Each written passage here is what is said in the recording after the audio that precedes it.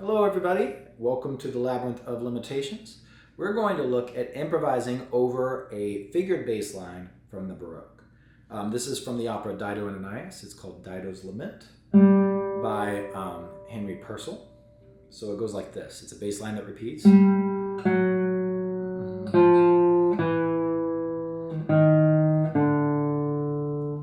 just as an example, I'll try to do this. I'm going to keep that bass line going. It goes like this. I'll stay simple at first.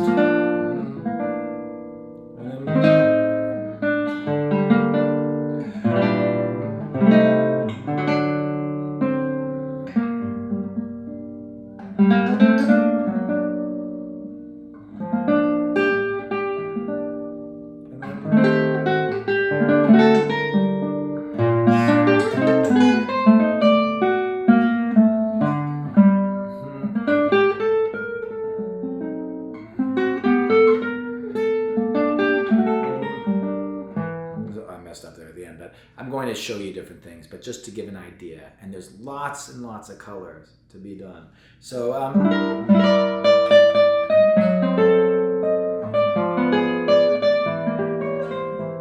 stuff like that is really pretty.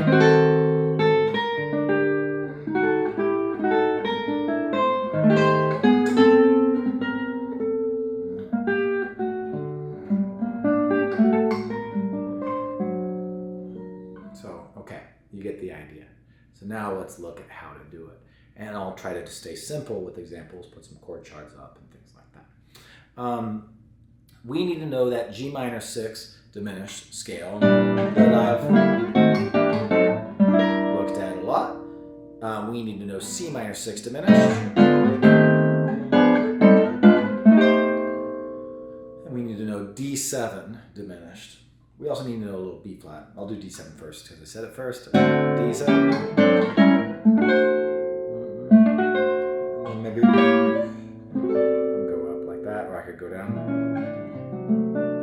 to stay on the same strings. We need to know B flat major 6. All of these are named after, G minor 6 is named after the fact that it is G minor 6 plus the diminished notes that resolve to it. I've talked about that a lot. Diminished notes are always the same relationship to the chord they resolve to. So that makes G melodic minor ascending plus a sharp 5,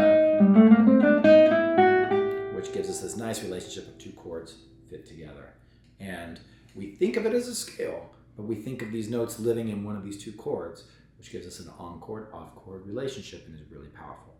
So at the beginning of this song, I have G descending to F sharp to F to E. Let's just look at that part. And, well, all the way down, all the way, it's just chromatic descent. All of that is going to happen. In mostly G minor 6, besides this F natural, which is in B flat major 6. So watch, it's G minor 6, that's the off chord, B flat major 6, to E minor 6. Right? So that is all just G minor 6 plus 1 B flat. So you can practice just that, having the bass line going down and you're just moving in parallel motion with drop 2s. For example. I'm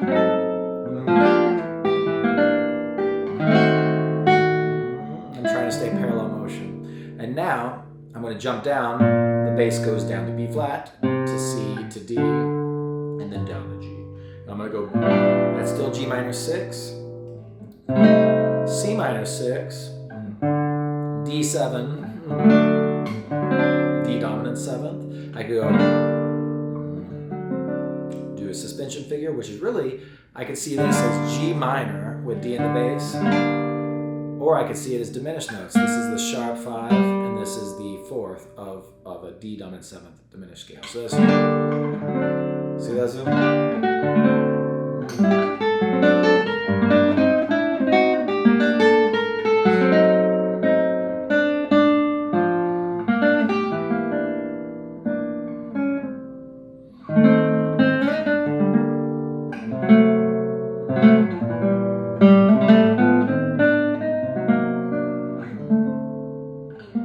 Okay, so back to talking about it. So those are the minimal scales. And you could practice it just in thirds. So third, and then, or that would be, keeping with the thirds, B flat major 6 to G minor 6. A little dissonance there. But I worked it out. See, I made it contrapuntal. See, this 6 is going to be, now I've worked it out so it sounds a little bit more old style, because I worked it out by taking this interval of the major second, went out by contrary motion through my dyads, and then I'm going to go, I left the thirds, didn't I? And I'll just say in thirds. C minor 6 in thirds, and then D in thirds, and then I'll go out to an octave there. Now I really like to move between these intervals, and that's why I've, in the little labyrinths, talked about that a lot. So it's a little stairway to heaven sound.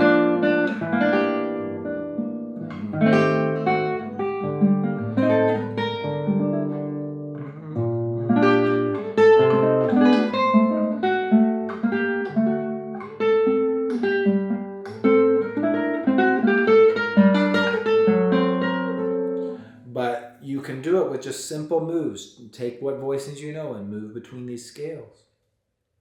You could even do a movement where it's just G minor, a G minor arpeggio, or a G minor, like this. So it's root, third, fifth, root.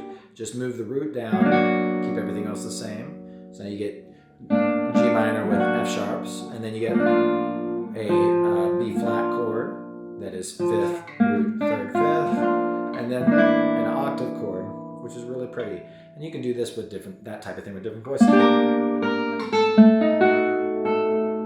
And then I'm gonna go, I did it wrong.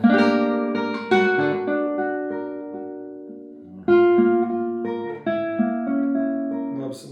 Yeah, practice that move.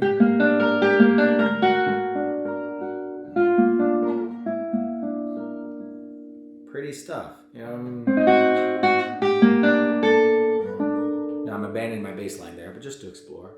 You can always imagine the bass line for a minute. Let's look at some other possibilities, because there are substitutions that we could add to add color. For example, I go down G minor 6 to B flat major 6 to G minor 6. But this G minor 6 really hits my ear as being C7. So I could go, this could be G minor 6 with a borrowed note, or it could just be C7. Okay? With that in mind, beforehand, instead of doing B flat, what if I change one note and make it G7, and then just go to C major? That's really pretty.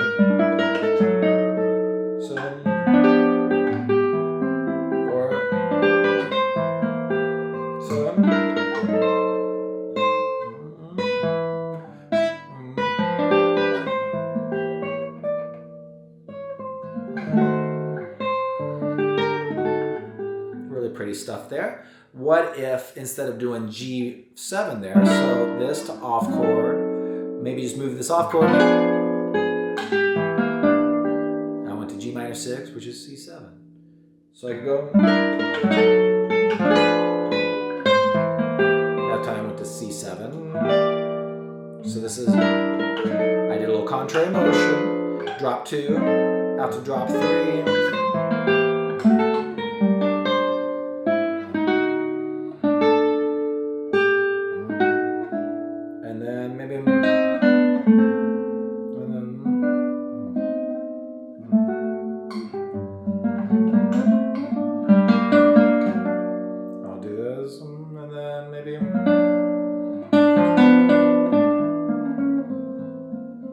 Pretty stuff in that part. Let's do another one. I'll try to make this video not too long and get to a couple other little options. I could go, I've been doing this a lot, so I could do this, make a big video of just just improvising on the stuff because it's so fun. But let's cover some other basics that you can explore with the voicings you know. G minor 6 goes down to the off chord, goes down to diminished. Okay, so now we're going to go down to the off chord.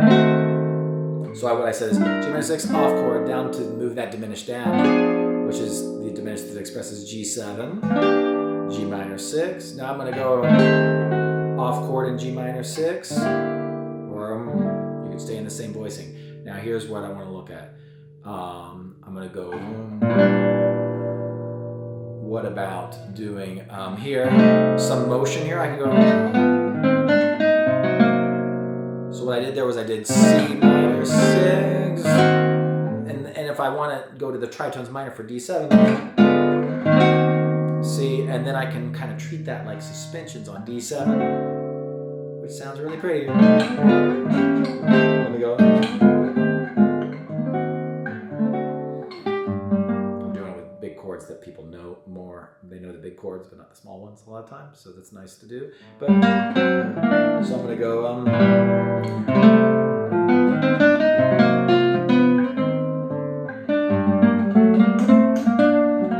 Maybe I lost a little time.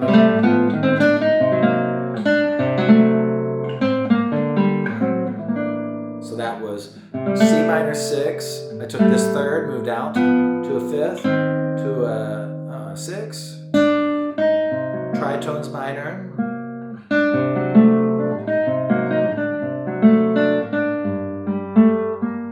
To G minor. So that's nice. And then what about, also I could go C minor 6. So sometimes it sounds nice to go G minor, like C minor 6, like this one, I think I found it sound nice. If I go to the, you could put C minor 6 alternating to G minor 6. So instead of going up the C minor 6 scale of chords, maybe it'll sound like, maybe if I did C minor 6,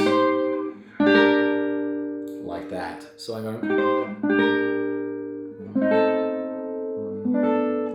go C minor 6 to G minor to C minor 6 again. So, and then G minor to D7, making a little suspension. So that's C minor 6, G minor, C minor 6, G minor.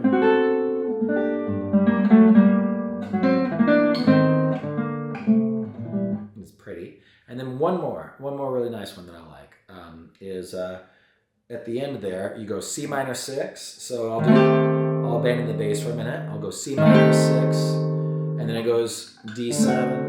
I'm going to do a little suspension of diminished notes, or G minor on top of D7. But now I'm going to go to A dominant 7 flat 5. So listen to this. I'll go.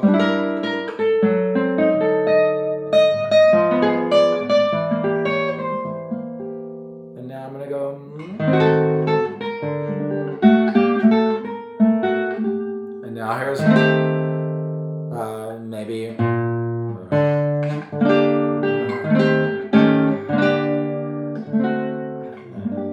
so that's a really pretty sound. Make some chromatic motion.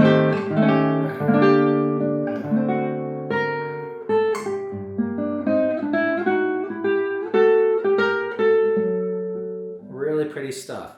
And then just to close it off, you can also, when you get to that cadence, so you can think G minor 6 for a lot of this.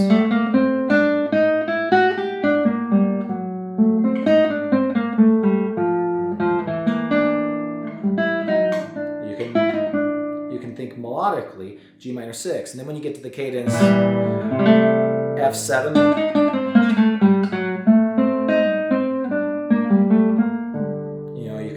these types of F7 lines. So it goes, and then, and I'm gonna go. So now here, when I get to C minor 7,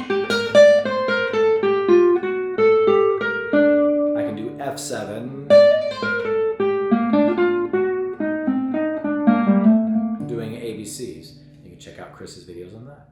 So a little longer than I expected, but really pretty stuff to play over ways of exploring playing what is essentially we're doing figure bass realization or improvisation on a ground bass from the Baroque era, from Dido and Anais, with all the wonderful things we can do.